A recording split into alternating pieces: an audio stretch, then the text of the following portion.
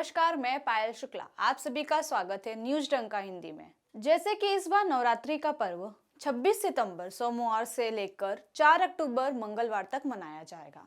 देश के अलग अलग हिस्सों में यह त्योहार अपनी अनोखी परंपराओं के साथ मनाया जाता है। हर साल नवरात्र के मौके पर भव्य दुर्गा पूजा की परंपरा रही है।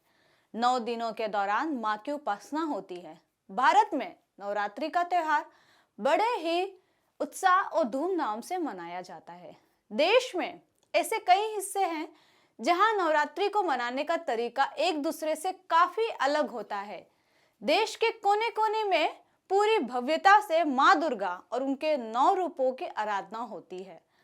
भक्ति में सराबोर करने वाले इस त्योहार का लोगों को बेसब्री से इंतजार होता है। तो कहीं कहीं गरबा और डांडिया का आयोजन भी बड़े ही जोरों शोरों से होता है।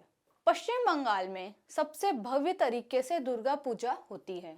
बंगाल के विभिन्न शहरों में होने वाली दुर्गा पूजा की रौनक देखते ही बनती है। बड़े बड़े पंडाल और आकर्षक मूर्तियों के साथ शानदार तरीके से बंगाली समाज देवी दुर्गा की पूजा करते हैं। बंगाल में सैकड़ों साल से दुर्गा पूजा हो रही है। कहा जाता है कि बंगाल से ही देश के दूसरे हिस्सों में दुर्गा पूजा आयोजित करने का दौर शुरू हुआ। आज भी पश्चिम बंगाल जैसी दुर्गा पूजा कहीं भी नहीं देखी जाती। पश्चिम बंगाल में दुर्गा पूजा आयोजित करने की शुरुआत को लेकर कई कहानियां हैं। पहली बार दुर्गा पूजा कैसे हुई, क्यों आयोजित की गई, इसको लेकर एक बहुत ही दिलचस्प किस्सा है। कहा जाता है कि पश्चिम बंगाल में दुर्गा पूजा का आयोजन 1757 के प्लासी के युद्ध के बाद शुरू हुआ। बता दें कि बंगाल में मुर्शिदाबाद के दक्षिण में 22 मील दूर गंगा किनारे प्लासी नाम की जगह है। यहीं पर 23 जून 1757 को बंगाल के नवाब की सेना और अंग्रेजों के बीच युद्ध हुआ।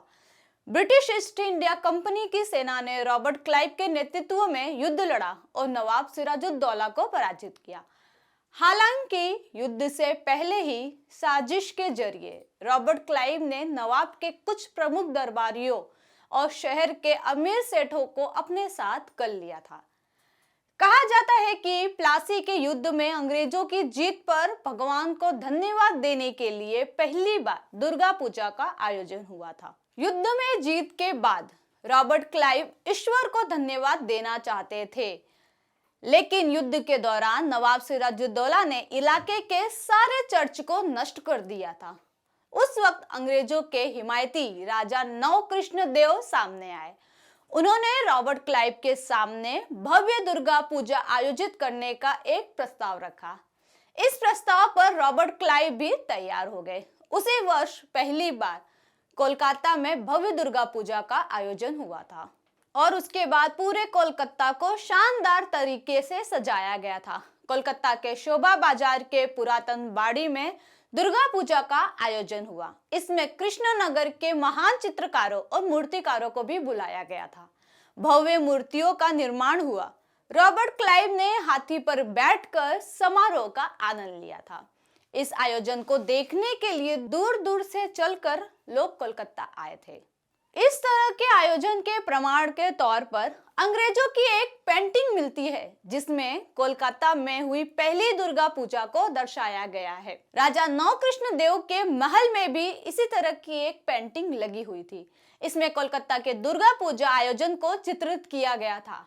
इस पेंटिंग की बुनियाद पर पहली दुर्गा पूजा की कहानी कही जा सकती है। वहीं 1757 में हुए दुर्गा पूजा आयोजन को देखकर बड़े अमीर और जमींदार भी अचंभित हो गए।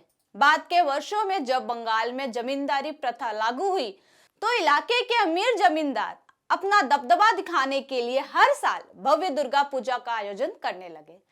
इस तरह की पूजा को देखने के लिए दूर दूर के गांव से लोग आते थे। बताया जाता है कि 1757 के बाद 1790 में राजाओं, सामंतों और जमींदारों ने पहली बार बंगाल के नदिया जनपद के गुप्तीपाड़ा में सार्वजनिक दुर्गा पूजा का आयोजन किया था। इसके बाद दुर्गा पूजा सामान्य जनजीवन में भी काफी लोकप्रिय हो गया और इसे भव्य तरीके से मनाने की परंपरा बढ़ गई और धीरे धीरे दुर्गा पूजा लोकप्रिय होकर सभी जगहों पर होने लगी। आपको मेरा वीडियो कैसा लगा कमेंट सेक्शन में जरूर बताएं। साथ ही हमारे चैनल को लाइक, सब्सक्राइब और शेयर करना न भूलें। फिलहाल के लिए इतना ही। जल्दी एक नई जानकारी के साथ पुनः उपस्थित होंगी। तब तक के लिए दीजिए इजाजत। धन्यवाद।